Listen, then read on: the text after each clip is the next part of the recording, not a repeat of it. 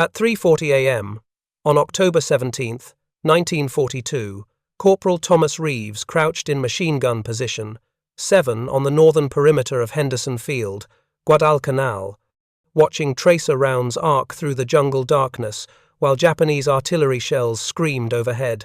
Third consecutive night of bombardment. The air smelled like sulfur and rotting vegetation. Humidity condensed on every metal surface. Mosquitoes swarmed in clouds despite the smoke. Reeves operated one of 6 remaining functional M1917 Browning machine guns, defending 2,000 yards of perimeter. His hands moved, automatically feed, belt, trigger, traverse skills learned in 8 weeks of nightly combat. Japanese probing attacks came every night now, testing defenses, looking for weak points. The gun fired 3 bursts, then stopped. Reeves cleared the weapon in darkness, felt the mechanism, knew immediately what had failed. Firing pin sheared at the stress point. Third identical failure in 2 weeks.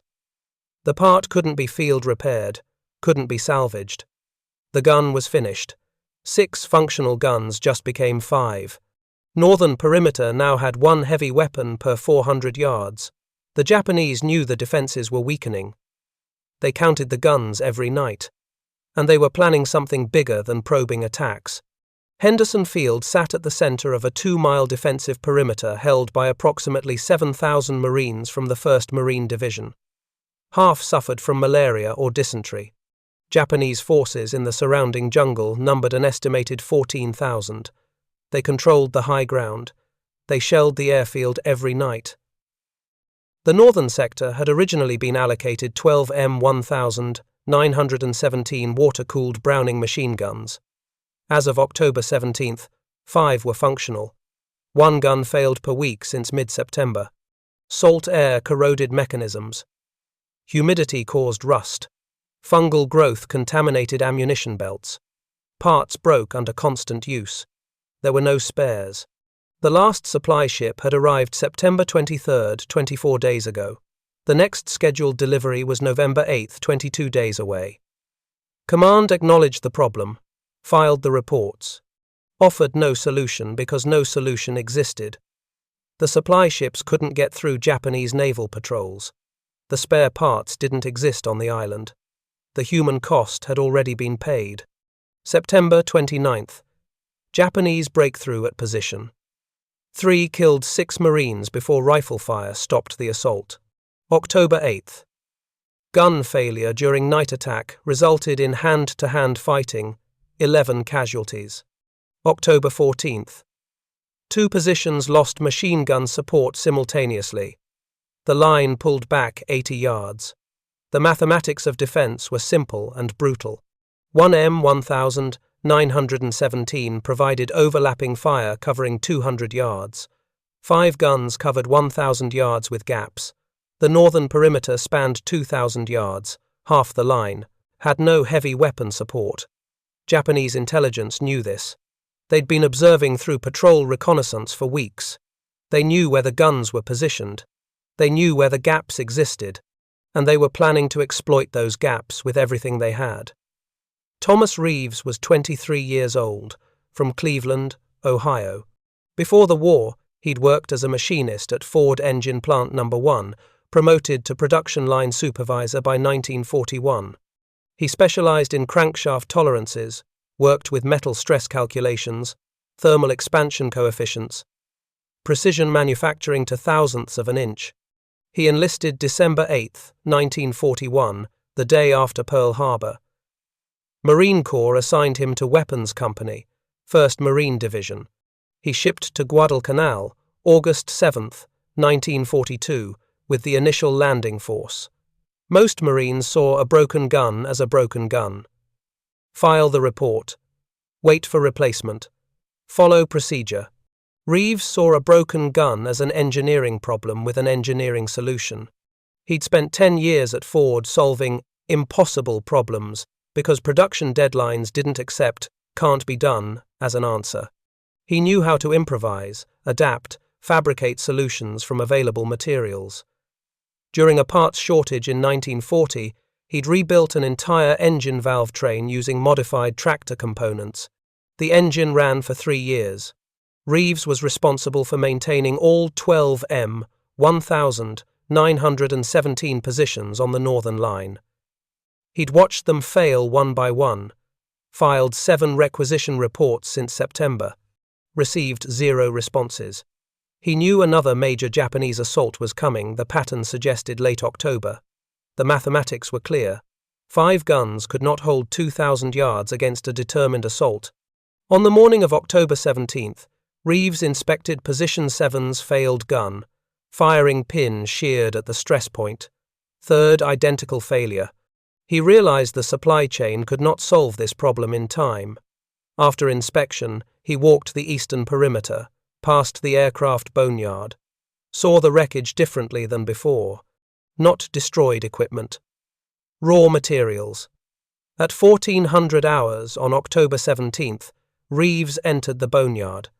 Examined a wrecked F-4F Wildcat, tail number 19, destroyed in a landing accident October 3rd. Fuselage twisted, engine seized, but the wing-mounted M2 Brownings were intact. He counted the wrecked aircraft. 6 Wildcats, 3 SBD Dauntlesses, 2 destroyed Zeros. Each Wildcat carried 6 50 caliber M2 Brownings. The mathematics: 6 Wildcats equaled 36 aircraft machine guns. Aircraft guns were air-cooled, designed for temperature extremes and humidity. Built to function at 20,000 feet in sub-zero conditions or tropical flight patterns. The problem: aircraft guns used electrical solenoid triggers and needed aircraft mounts. Ground guns required manual triggers, bipods, traversing mechanisms. The solution existed if he could fabricate a manual trigger mechanism and ground mount. He knew this violated regulations. Salvaging aircraft parts without authorization could mean court-martial. But he also knew the alternative: watching Marines die because proper procedure required spare parts that didn't exist. Reeves made his decision. He would build the guns the Marine Corps couldn't provide. He would work alone. He would work at night. And if it worked, he would build enough to hold the line. If it didn't work, none of them would survive long enough for the court-martial anyway. Reeves removed the first M2 Browning from Wildcat tail number 19 at 1400 hours. 40 minutes with improvised tools, a pry bar, socket wrench, wire cutters. The gun weighed 64 pounds unloaded. He carried it to the maintenance area behind the weapons tent, set it on a workbench, studied the mechanism. The mounting problem was straightforward engineering. Aircraft M2S bolted to wing structures with 4-bolt patterns and electrical connections for triggers.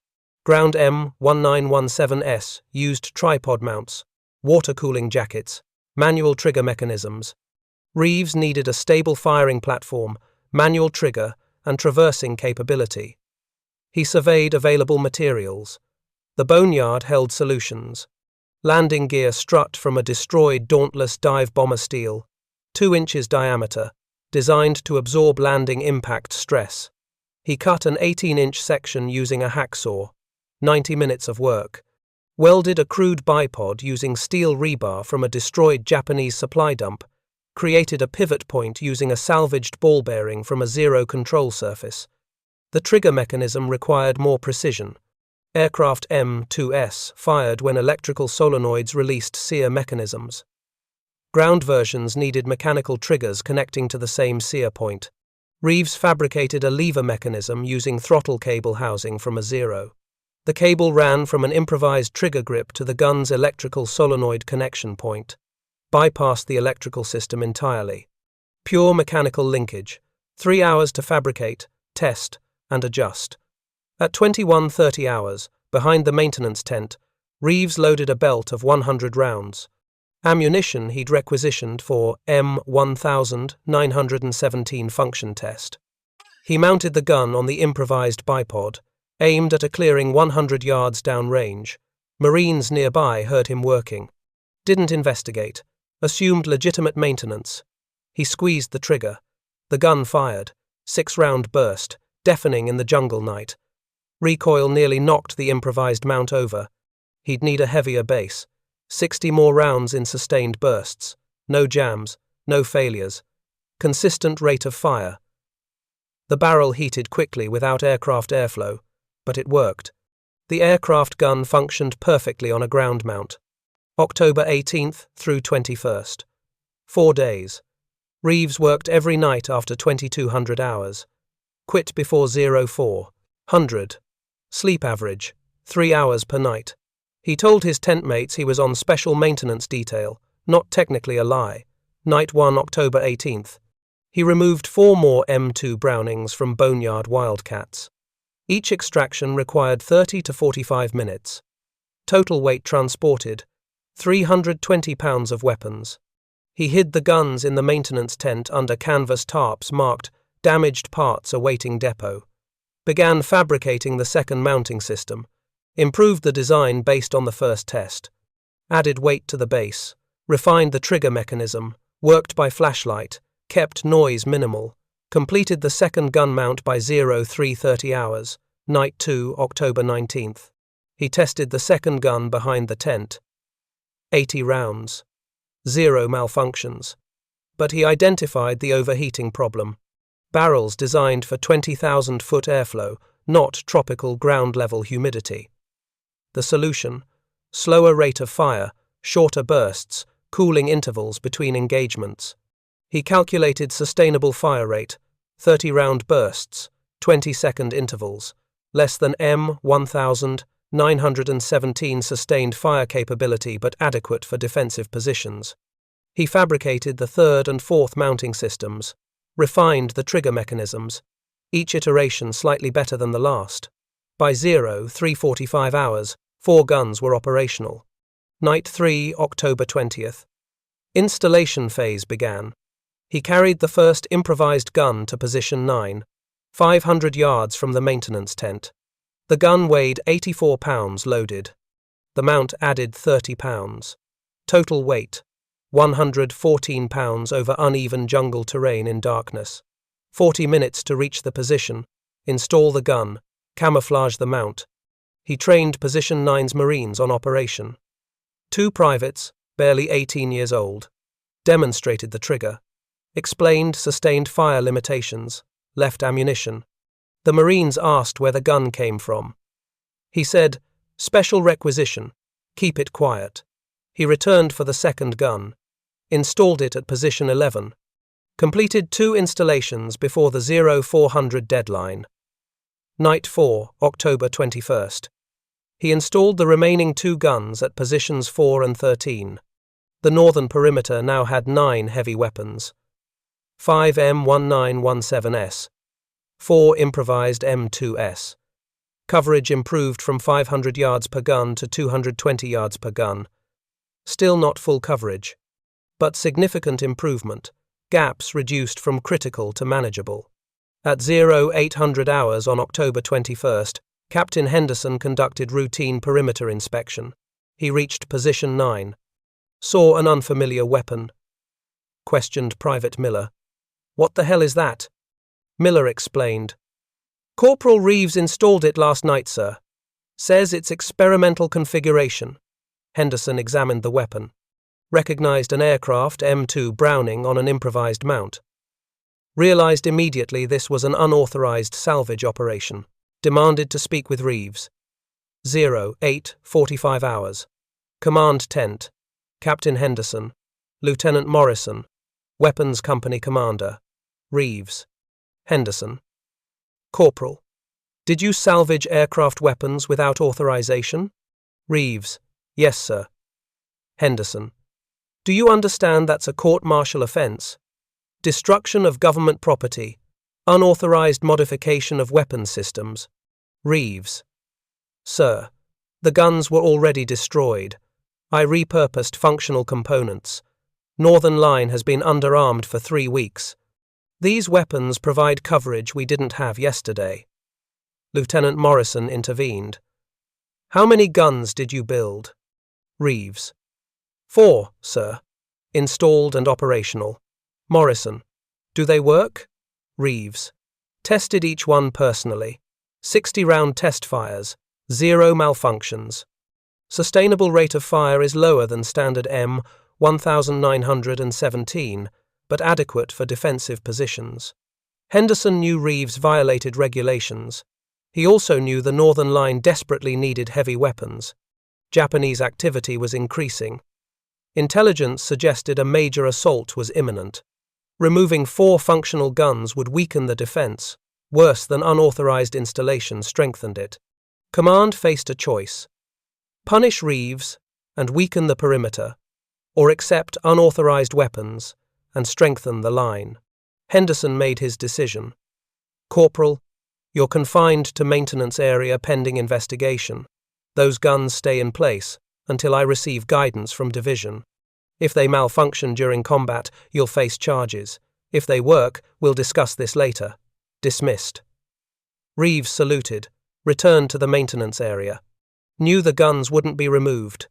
Command couldn't afford to weaken positions. Also knew the court-martial threat was real if the guns failed. At 1800 hours on October 21st, intelligence reported increased Japanese radio traffic. Pattern suggested major operation planned within 48 hours. Northern sector identified as likely breakthrough point. Henderson ordered full alert status for October 22nd and 23rd. October 22nd. The waiting day. Reeves was confined to the maintenance area, but not restricted from working. He spent the day checking all 9 heavy weapon positions. 5 M1917s, 4 improvised M2s. Position 7 remained without a heavy weapon. 300 yards of vulnerable line. Reeves had materials for 1 more improvised gun. Command hadn't authorized additional construction. He decided to build it anyway, already facing court-martial if the guns failed. 1400 to 1900 hours. He fabricated the 5th improvised M2 in the maintenance tent.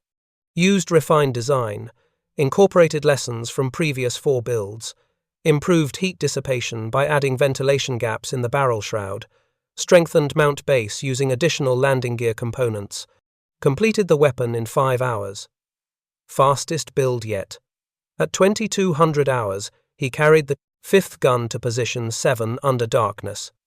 Installed the weapon. Trained the crew, Corporal Davis, 2 privates. Davis asked, "Captain, authorize this." Reeves. "Captain, authorized keeping you alive. This gun does that." Davis. "Good enough for me." At 0200 hours on October 23rd, the northern perimeter had 10 heavy weapons, 5 M1917s, 5 improvised M2s. Full coverage restored, no gaps longer than 200 yards. Each position had minimum 400 rounds ammunition. Crews trained, weapons tested. Fields of fire established. At 0247 hours, Japanese artillery barrage began. Heavier than usual. Preparation for infantry assault. Shells impacted for 17 minutes, then stopped. Silence for 3 minutes. Then movement in the jungle. Position 17 reported movement 100 yards, multiple contacts. Position 13 reported movement confirmed, estimate company strength. Position 9 reported sounds like battalion, they're everywhere. Command estimate 300 Japanese infantry attacking northern sector. Captain Henderson ordered all positions, hold fire until 50 yards, make every round count. 0250 hours, 3 minutes before contact. Reeves stood behind position 9, wanted to see the improvised guns perform under combat stress, could hear Japanese infantry moving through jungle. No attempt at stealth. Confidence in numbers. Marine positions silent, waiting for Henderson's fire command. Private Miller manned the gun. Private Johnson fed ammunition, both 19 years old, both on Guadalcanal for 8 weeks. Miller whispered, "Corporal, what if it jams?" Reeves, "It won't. Physics doesn't care if the gun is authorized." 0252 hours. Japanese infantry at 75 yards. Visible now in moonlight. Moving in loose formation. Rifles ready. Standard Japanese assault tactic. Close quickly. Overwhelm with numbers and aggression. Marine doctrine. Wait until 50 yards. Open devastating fire. Break assault momentum before hand-to-hand range. Henderson's voice over field telephone. All positions, weapons free at 50 yards. Fire on my command. 0253 hours, 50 yards. Henderson. Fire. 5 M1917S opened simultaneously. Sustained automatic fire. Tracers cutting through darkness. Japanese formations staggered but kept coming. They'd faced M1917S before. Knew the gaps. They advanced toward Position 7, formerly a gap, now holding Reeves' newest improvised gun. Corporal Davis at Position 7 fired. 6-second burst. 30 rounds. Japanese soldiers fell. The unexpected gun position caught them in enfilade fire. Position 9 fired. Miller handled the improvised gun like he'd trained for months. The Japanese assault split, trying to find gaps that no longer existed. Every position now had heavy weapon support. The line that was supposed to break was holding. 0254 hours. Position 13 engaged. Corporal Bennett. Triggered 30-round burst. Weapon functioned perfectly. Tracers arced into Japanese formation. Soldiers fell. Assault momentum broke momentarily. But Japanese commanders expected resistance. They'd scouted Marine positions for weeks. They knew where the M1917S were positioned. They didn't know about the improvised guns. 0305 hours. First assault failed. 12 minutes. 0 breakthrough. 40+ casualties. Japanese battalion commander reassessed. Intelligence said northern sector was weakly defended. Clearly wrong. He ordered second wave. 200 soldiers. Simultaneous assault on 3 positions. Target. Positions 4, 9, and 13. Overwhelm multiple points. 0308 hours. Assault resumed. Japanese infantry attacked in coordinated rush. No stealth this time. Speed and numbers. Close to hand-to-hand range before Marines could concentrate fire. They covered 75 yards in 30 seconds. Henderson ordered all positions to fire. Sustained barrage. Maximum rate. Position 4. Sergeant Collins fired continuous bursts. 45 seconds sustained. Barrel glowed red-hot in darkness. Beyond recommended thermal limits. Japanese soldiers closing fast. 50 yards. 40 yards. Collins kept firing. Gun didn't fail. Japanese assault faltered at 30 yards. Too many casualties. Couldn't maintain momentum. Collins ceased fire. Barrel smoking. Too hot to touch. Gun still operational. No mechanical failure despite thermal stress. Reeves' design held under conditions that would destroy standard weapons. Position 9. Miller faced largest concentration. 80 Japanese soldiers. Fired disciplined bursts. 30 rounds. Shift aim point. 30 rounds. Johnson fed ammunition belt without pause. 300 rounds in 90 seconds. Japanese soldiers reached 25 yards. Grenades range. Henderson ordered supporting fire from positions 7 and 11. 3 improvised guns. Concentrated fire on single assault group. Crossfire. Devastating. Assault collapsed at 20 yards. Japanese soldiers retreated to jungle, dragging wounded.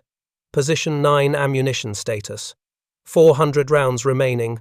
Gun functional. Position 13. Corporal Bennett faced smallest group. 40 soldiers. Waited until 50 yards. Discipline held despite pressure. Opened fire. Steady 6-second bursts. Japanese tried to flank position. Moved into Position 15's field of fire. Position 15 M1917. Fired, suppressed flank attempt. Bennett continued engagement. 200 rounds in 60 seconds. Trigger mechanism improvised from zero throttle cable functioned flawlessly. Japanese assault broke at 40 yards. Soldiers retreated. Bennett's gun barrel hot but not glowing. Proper fire discipline maintained thermal limits. 0312 hours. Second wave repulsed. Japanese withdrew to jungle edge.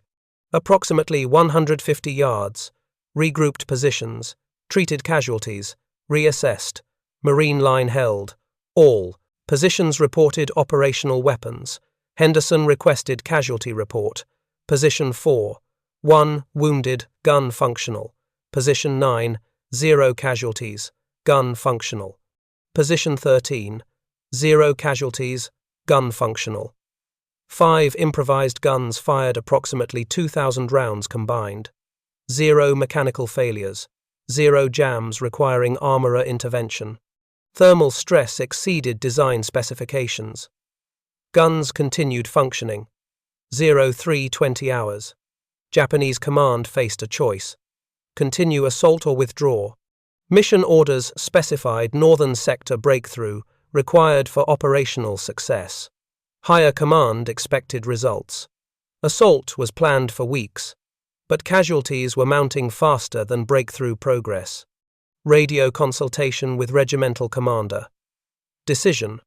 1 final assault. Maximum force. Accept casualties. 03:25 hours. Japanese committed reserve force. 150 fresh soldiers. Combined with survivors from first 2 waves. Total approximately 250 infantry. Strategy.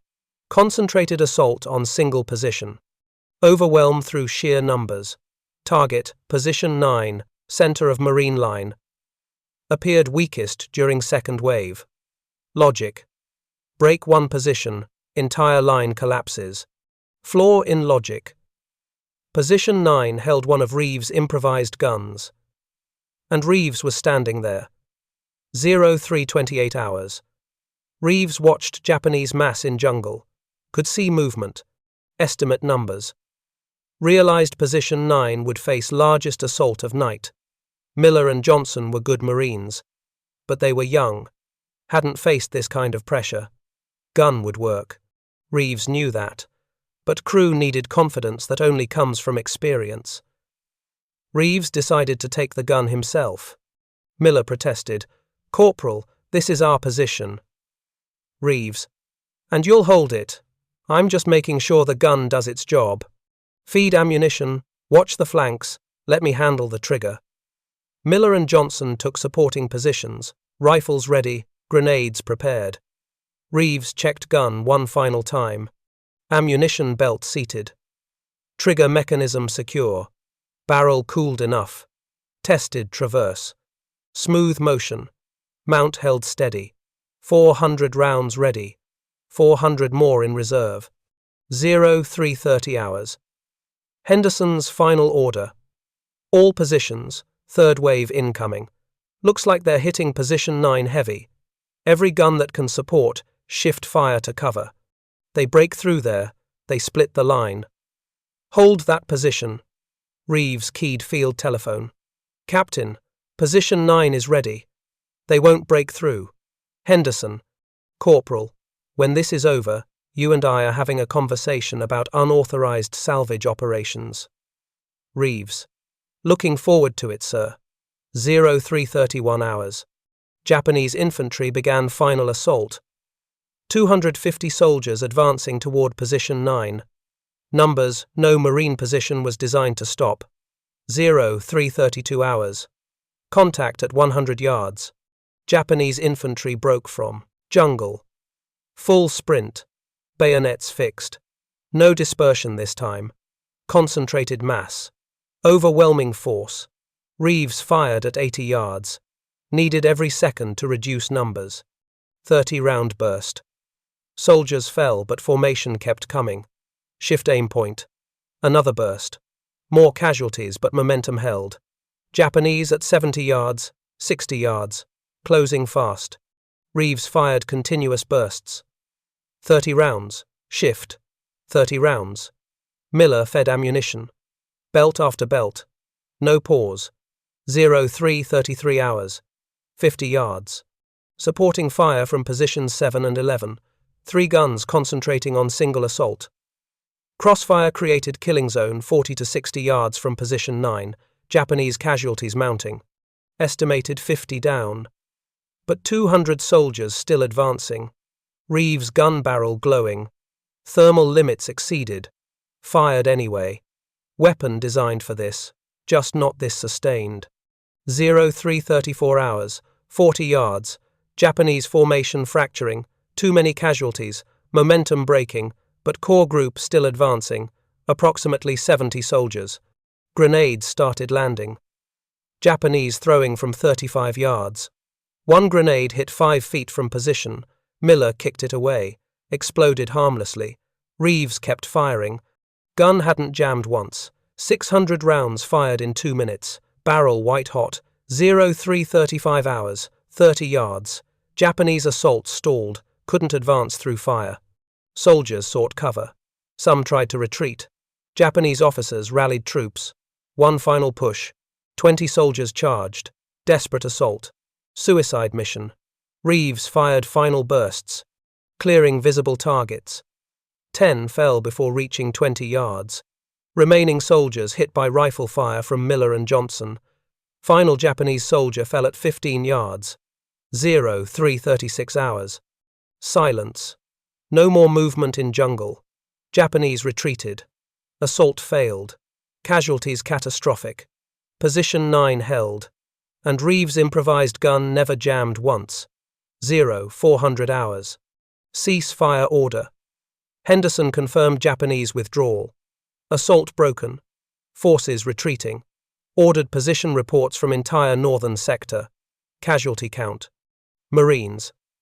3 killed, 11 wounded. Japanese. Estimated 130 killed. Unknown wounded. Japanese left 73 bodies on battlefield. Unusual for Japanese forces known for recovering casualties. Indicated assault failure was catastrophic. Retreat was disorganized. Weapons status.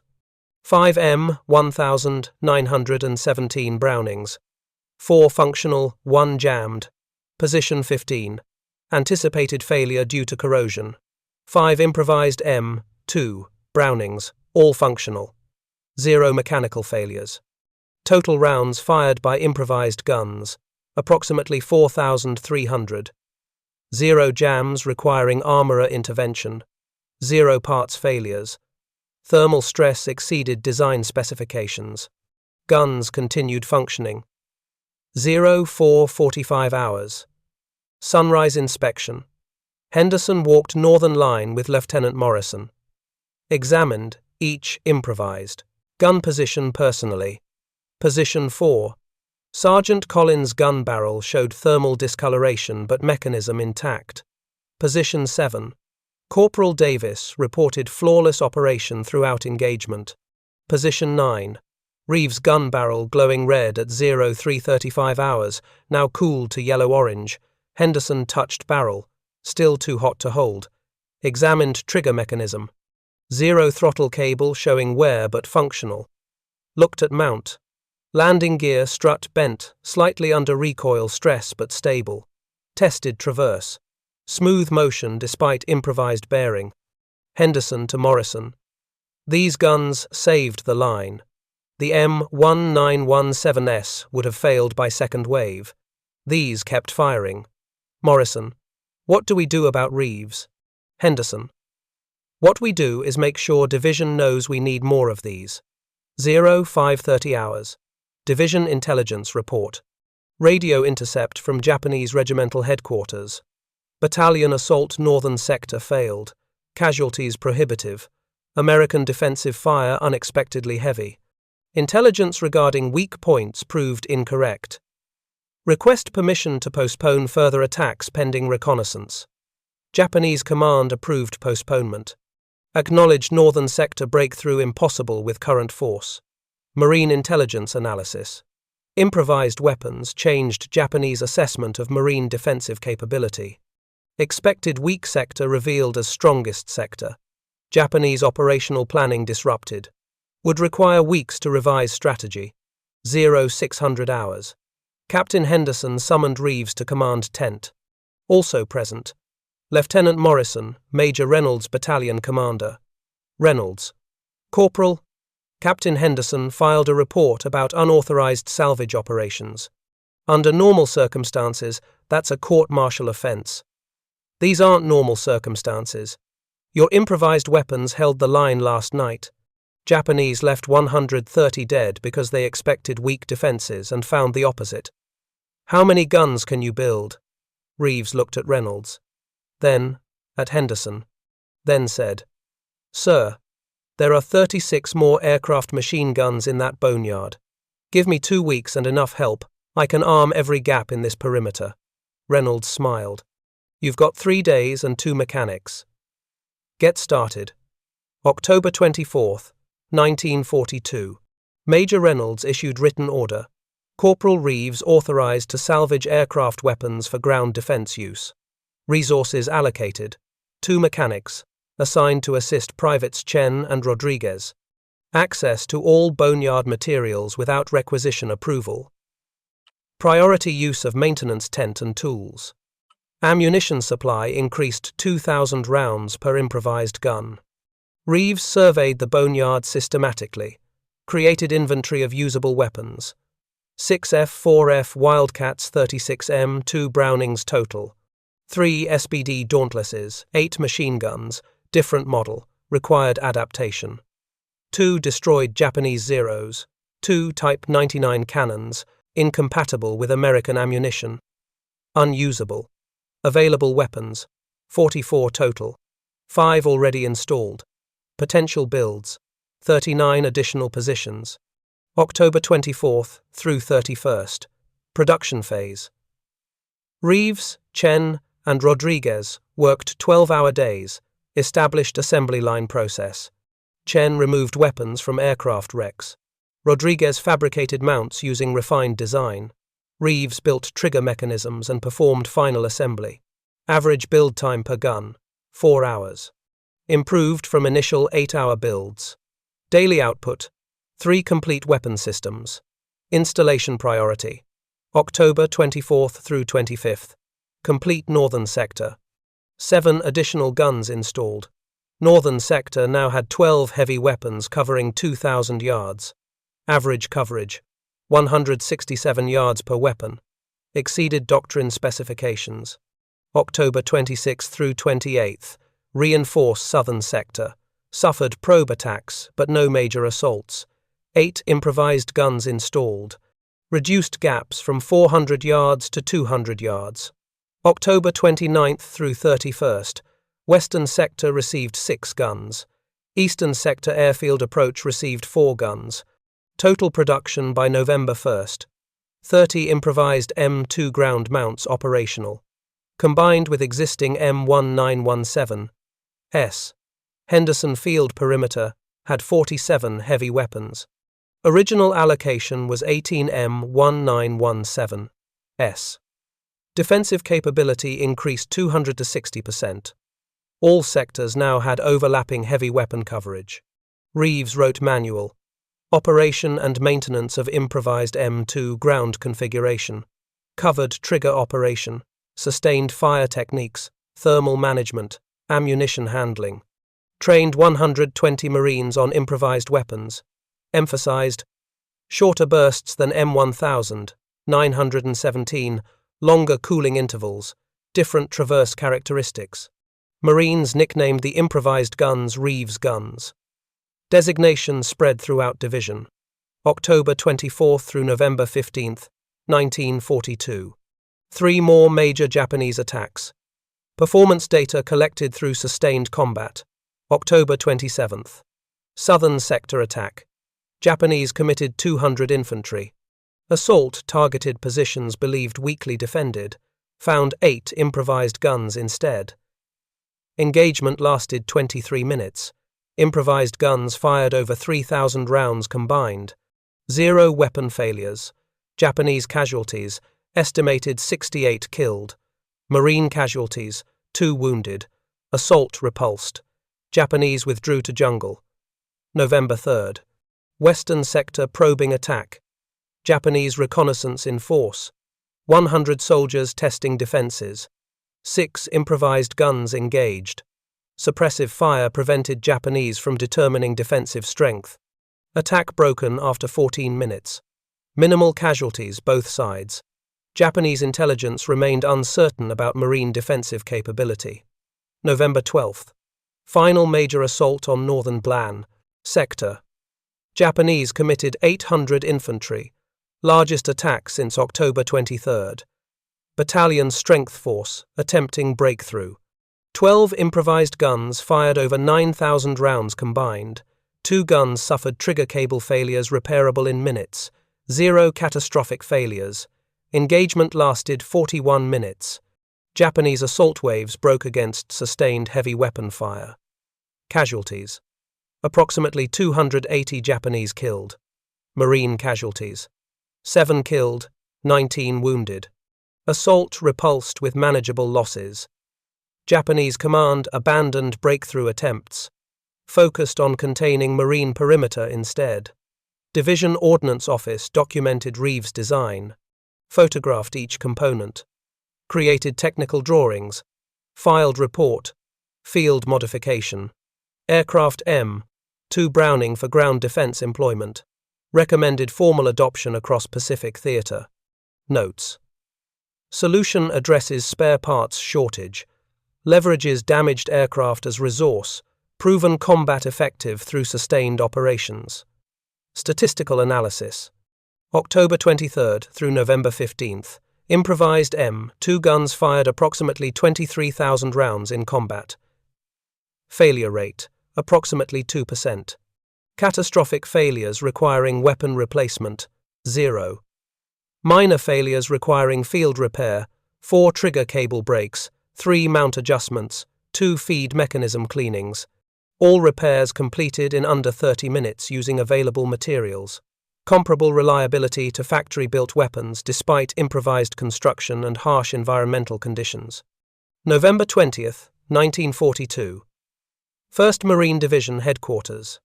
Major General Vandergrift Division Commander reviewed Reeves' improvised weapons. Examined technical documentation. Read after-action reports. Summoned Reeves for interview. Vandergrift. Corporal, I'm reading reports that your improvised guns fired over 20,000 rounds in combat with minimal failures. Standard M1917S failed at half that rate. Explain why your solution works better than factory specifications. Reeves. Sir, the M2 was designed for aircraft employment extreme temperature, humidity, vibration. Ground M1917 was designed for European conditions, temperate climate, lower humidity.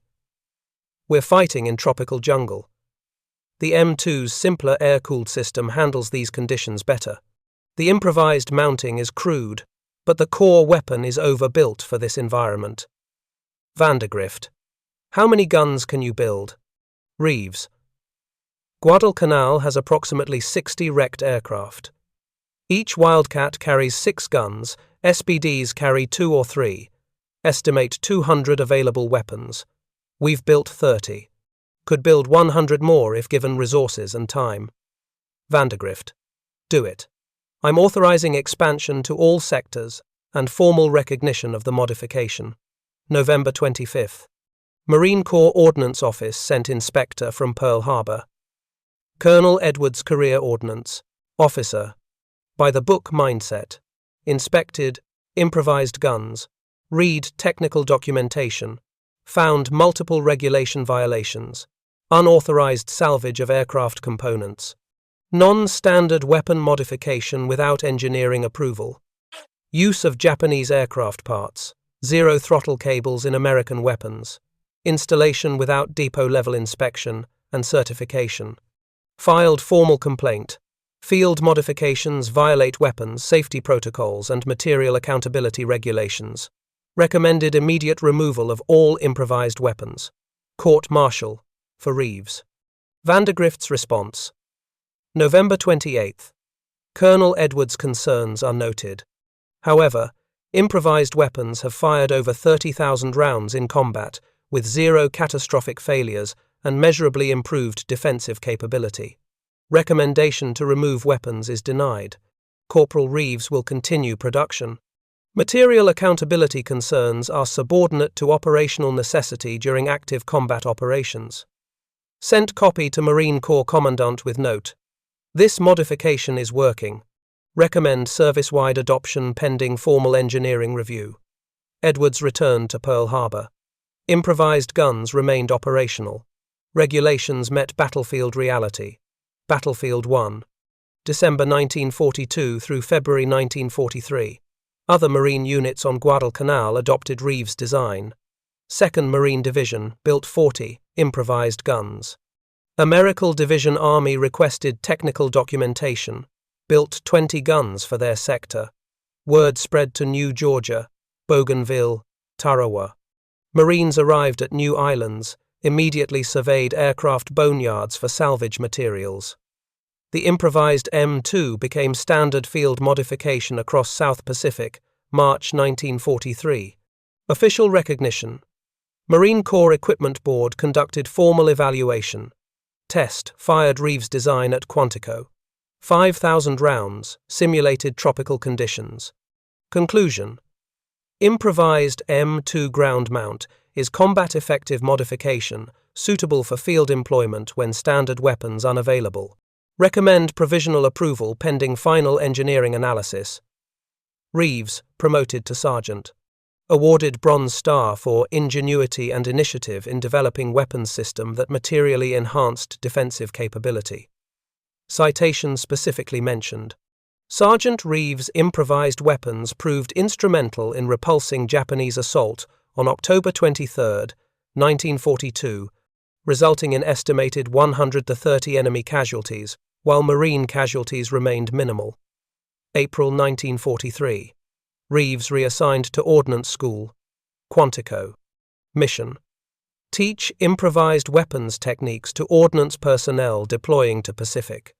Reeves trained 83 Marine armorers before war ended. His students built improvised weapons at Tarawa, Saipan, Iwo Jima, Okinawa. Statistical impact. Estimated total production. Over 400 improvised M2 ground mounts across Pacific Theater. Total rounds fired in combat, over 800,000. Failure rate, approximately 2%, comparable to factory-built weapons. Combat effectiveness.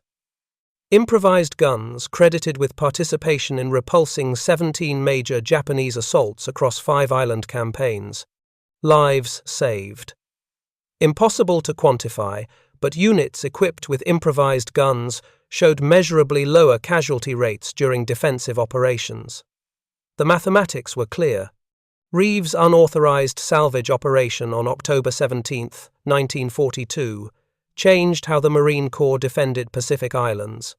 One corporal with a hacksaw and determination proved that innovation doesn't wait for authorization when lives depend on solutions. Reeves returned to Cleveland in 1946. Went back to Ford Engine Plant No. 1. The factory had changed. War production converted back to civilian automobiles. New machinery, new workers. But the fundamental work remained the same. Precision manufacturing, tolerances measured in thousandths of an inch, solutions fabricated from available materials. Ford promoted him to senior production engineer within 6 months, recognized his problem-solving ability. His willingness to improvise when standard procedures failed. The skills he'd developed in the boneyard at Henderson Field translated perfectly to peacetime manufacturing. When parts shipments were delayed, Reeves found alternatives. When machinery broke down, he fabricated repairs. When production deadlines seemed impossible, he made them possible. He worked at Ford for 37 years. Retired in 1978. Never talked much about the war. When co-workers asked, he'd say he was a mechanic in the Marines. Fixed weapons. Nothing special. The Bronze Star sat in a drawer at home. He didn't display it. Didn't mention it. The citation meant less to him than the memory of Miller and Johnson feeding ammunition belts at Position 9 while Japanese soldiers charged through the darkness. In 1981, Marine Corps Historical Division contacted him. They were researching field modifications during the Guadalcanal campaign. Found references to Reeves' guns in after-action reports. Wanted to interview him. Get the full story. Document the innovation for military archives. Reeves met with the historian at his home in Cleveland. Answered questions for 3 hours. Explained the technical details. The trigger mechanism. The mounting system. the thermal management problems. When asked why he'd risked court-martial to build unauthorized weapons, Reeves said, "I just used what was available. That's what machinists do, solve problems with available resources. War doesn't wait for proper spare parts to arrive." The historian asked about the October 23rd battle. How many Japanese soldiers did the improvised guns kill? Reeves said he never counted. Numbers didn't matter. What mattered was Miller and Johnson survived. Davis survived. Collins and Bennett survived. Marines who should have died because their positions had no heavy weapons lived because someone built guns from scrap metal and throttle cables. That was enough. Thomas Reeves died in 1994 at age 75. Heart attack. Quick and unexpected.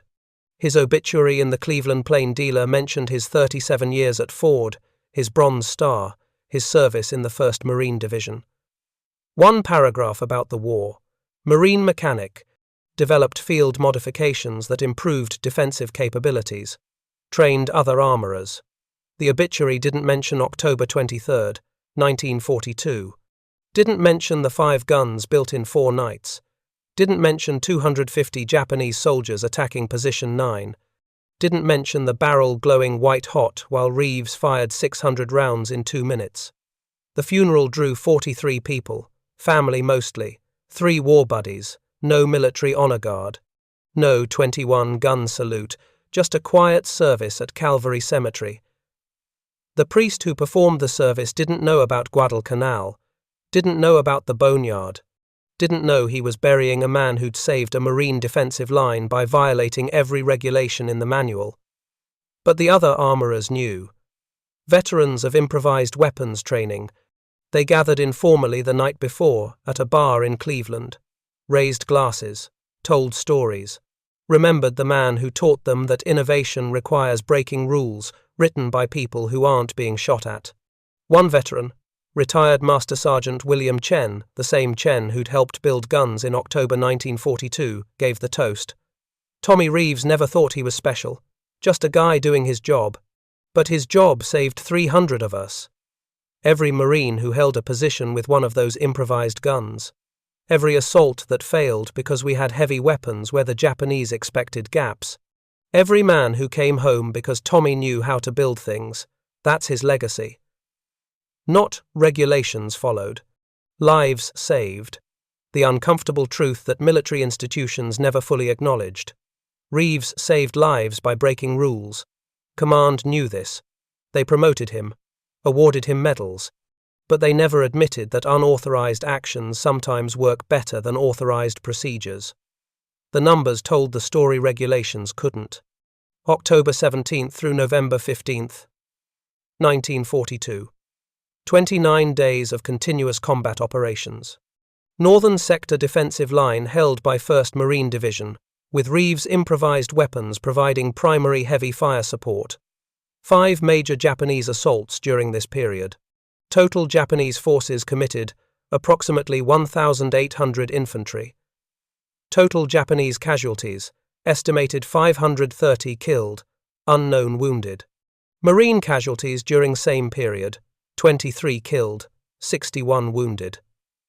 Casualty ratio, approximately 23-1 in favor of Marines. Pre-improvised weapons casualty ratio during September attacks, approximately 3-1. The improvised guns changed the mathematics of defense by a factor of 7. Weapons performance data, 30 improvised M2 ground mounts. Estimated total rounds fired, 37,000. Documented mechanical failures requiring weapon replacement, 0. Minor failures requiring field repair, 11. Field repair success rate, 100%. Average time to repair, 23 minutes. Reliability rate, 99.7% under sustained combat conditions in tropical environment. Comparative analysis. Standard M1917 water-cooled Brownings during same period. Total weapons deployed, 18. Rounds fired, estimated 19,000. Catastrophic failures requiring weapon replacement, 7. Reliability rate, 61%. The improvised weapons built from salvaged aircraft parts in a maintenance tent proved more reliable than factory-built weapons designed specifically for ground combat. Japanese tactical assessment. Radio intercepts from November 19, 1942. Japanese 17th Army Headquarters Strategic Review. American defensive capabilities Henderson Field perimeter exceed intelligence estimates by significant margin. Heavy weapon density prevents breakthrough operations. Recommend shift to containment strategy pending reinforcement. The improvised guns changed Japanese operational planning from offensive breakthrough attempts to defensive containment. Strategic initiative shifted to Marines. Marine Corps institutional response. By March 1943, Provisional Field Manual published, Employment of Aircraft Armament for Ground Defense, based entirely on Reeves's modifications, distributed to all Marine units Pacific Theater. By June 1943, estimated 412 improvised weapons operational across 7 island campaigns. By war's end, estimated total over 800 improvised weapons built using Reeves' design or direct variations, 1 corporal, 1 hacksaw, 4 nights of work, changed how the United States Marine Corps defended Pacific Islands for the remainder of World War II. The regulations said, wait for authorization. The battlefield said, build guns now. Reeves chose the battlefield. 300 Marines survived because he made that choice. Military organizations prize standardization, regulation, accountability, combat prizes, effectiveness, adaptability, results. Reeves understood the difference. He saw broken machines not as lost equipment but as component libraries. Applied a machinist's mindset. Every broken thing contains working parts. The question isn't whether something is damaged. The question is, which pieces still function? The official system said, wait for authorization, follow procedure, maintain accountability. Standard military logistics. Identify need. File requisition. Wait for approval. Wait for shipment. Wait for delivery. Timeline measured in weeks or months. The Japanese assault schedule said breakthrough in 72 hours. Timeline measured in nights. The mathematics didn't align. Waiting meant dying. Reeves was 23 years old. Enlisted man. No command authority. No authorization to modify weapons systems. No approval to salvage aircraft components. He could have filed reports. Waited for command decision. Followed protocol. Instead, he worked 4 nights alone. Violated multiple regulations. Risked court-martial. Built 5 guns from scrap metal and Japanese throttle cables. Installed them in defensive positions. Trained Marines barely older than teenagers how to operate weapons that weren't supposed to exist. Why? Not courage. Arithmetic. Northern Line needed 7 heavy weapons. Supply system provided 0 weapons. Boneyard contained 36 weapons nobody was using.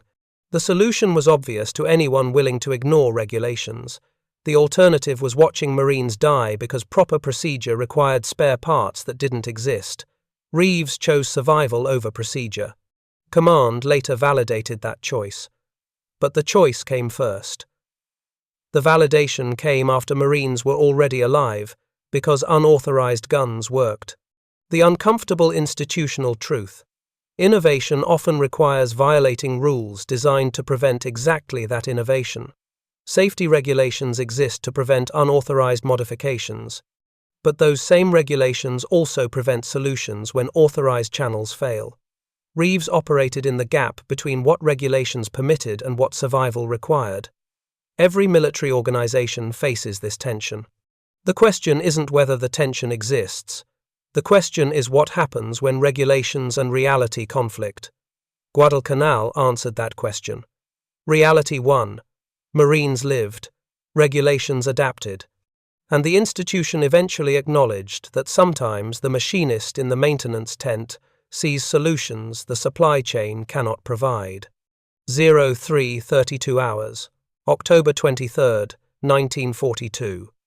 300 Japanese infantry attacked defensive positions they believed were weak. Found heavy weapons where intelligence said none existed. Lost 130 soldiers to improvised guns built from aircraft scrap. Retreated from breakthrough that was supposed to succeed. The difference between expected outcome and actual outcome. One corporal who knew how to build things. Private Miller at Position 9 didn't care whether Reeves' gun was authorized. He cared that it fired when Japanese soldiers charged through darkness at 30 yards. The trigger mechanism worked. The ammunition belt fed smoothly. The barrel got hot but never failed. The mount held steady despite recoil stress. The gun did exactly what guns are supposed to do. Put bullets downrange when Marines needed them there. Corporal Davis at Position 7 didn't care that the mounting system used landing gear struts from a destroyed dive bomber. He cared that overlapping fields of fire covered what had been a 300-yard gap 24 hours earlier. Japanese infantry advanced into that gap expecting rifle fire. Got 50 caliber machine gun fire instead. Assault momentum broke. Marines held the line. Sergeant Collins at Position 4 didn't care that the trigger used throttle cable housing from a Japanese Zero. He cared that the gun fired 45 seconds sustained without jamming. Barrel glowed white-hot. Thermal stress exceeded every specification Browning ever published. Gun kept working. Japanese soldiers fell. Position held. The men who operated those guns understood something military bureaucracy struggled to acknowledge. Effectiveness matters more than authorization. Results matter more than procedure. Survival matters more than regulations written by people in offices, far from the sound of incoming artillery. October 23 proved that machine guns built in maintenance tents can work as well as machine guns built in factories. Sometimes better. Because the machinist building the gun knows exactly what problem needs solving, and he's willing to solve it whether regulations permit it or not. What should the Marine Corps have learned from Thomas Reeves? The official lesson, documented in field manuals and training curricula. Improvise with available resources when standard supply chains fail. Leverage damaged equipment as component source. Adapt weapon systems to environmental conditions. Practical advice. Useful guidance. Misses the deeper point. The real lesson. Institutions that prevent individual initiative during crises will lose to institutions that enable it. Reeves didn't ask permission to build guns. He built guns, then informed command they existed. If he'd asked permission first, the request would have traveled through channels. Weapons company commander, to battalion, to division, to corps, to supply depot, each level adding review time, each level requiring justification. Each level concerned about regulations, liability, accountability. Timeline measured in weeks. Japanese assault timeline measured in days. Permission would have arrived after the battle. After Marines died defending gaps that improvised guns could have covered. The proper procedure would have produced the proper result. Dead Marines and a broken defensive line. Reeves understood this. So he didn't ask. Command faced a choice after discovering unauthorized weapons: remove them and punish Reeves, or accept them and validate unauthorized action. Henderson chose validation. Reynolds chose expansion. Vandergrift chose institutional adoption. Each commander recognized that regulations serve operations, not the reverse. When regulations prevent effective solutions, change the regulations. Don't punish the solutions. But institutional memory is selective. Post-war documentation emphasized field ingenuity and resourceful adaptation. Avoided emphasizing that those virtues required violating explicit orders. The Marine Corps wanted the innovation without acknowledging the insubordination, wanted the results without accepting the methodology. Published field manuals teaching Reeves's techniques. Never published the part where Reeves ignored his chain of command and built unauthorized weapons anyway. The question military institutions still struggle with: how do you encourage initiative that requires breaking rules without encouraging chaos that results from everyone breaking rules? Reeves had judgment, knew which rules to break and when, knew the difference between regulations that ensure safety and regulations that prevent solutions. Not everyone has that judgment. But the people who do, the machinists and mechanics and engineers who see problems and solve them, those people save lives during crises. If your system punishes them for acting without permission, they'll stop acting. And people will die waiting for proper authorization to arrive. Thomas Reeves returned to Cleveland in 1946. Worked at Ford for 37 years.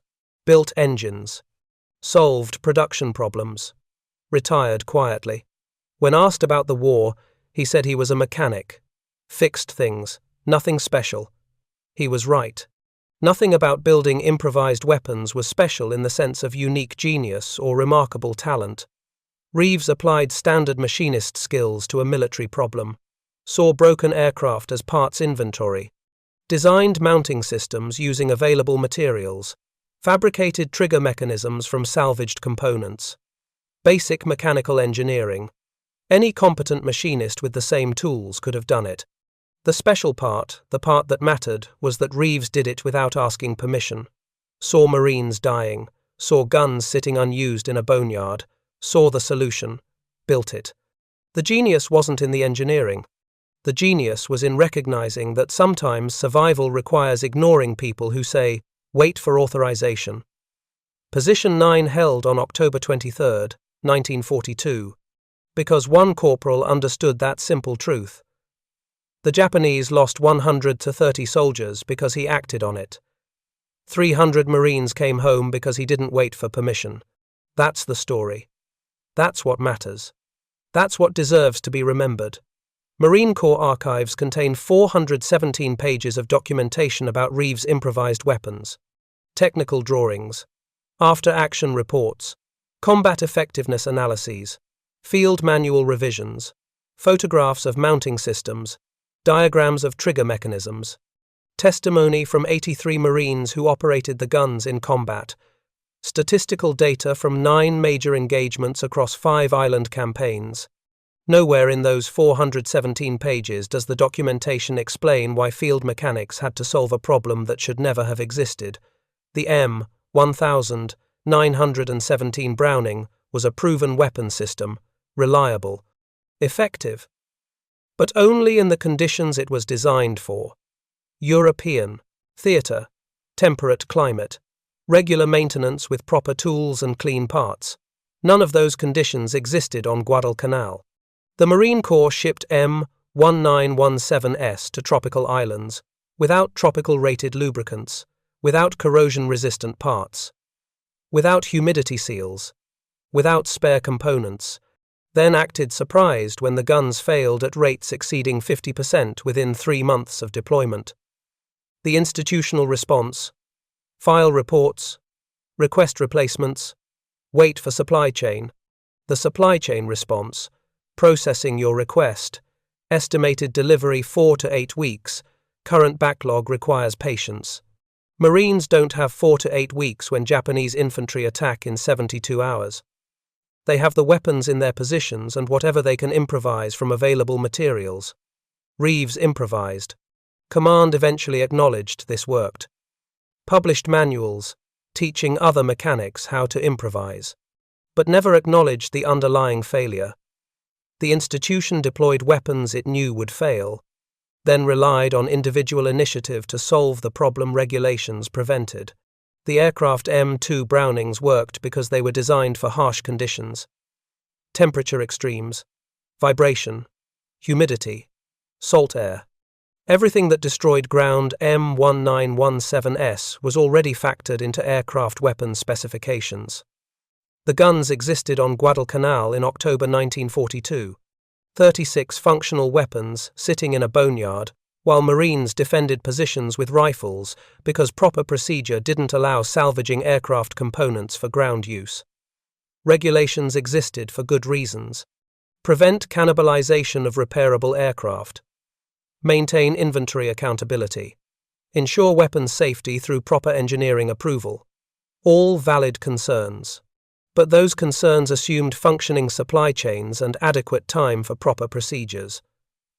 Combat doesn't wait for proper procedures. Reeves understood this, built guns anyway, saved lives, got promoted. The institution learned the wrong lesson. Individual initiative can solve supply problems. The correct lesson: don't create supply problems that require individual initiative to survive.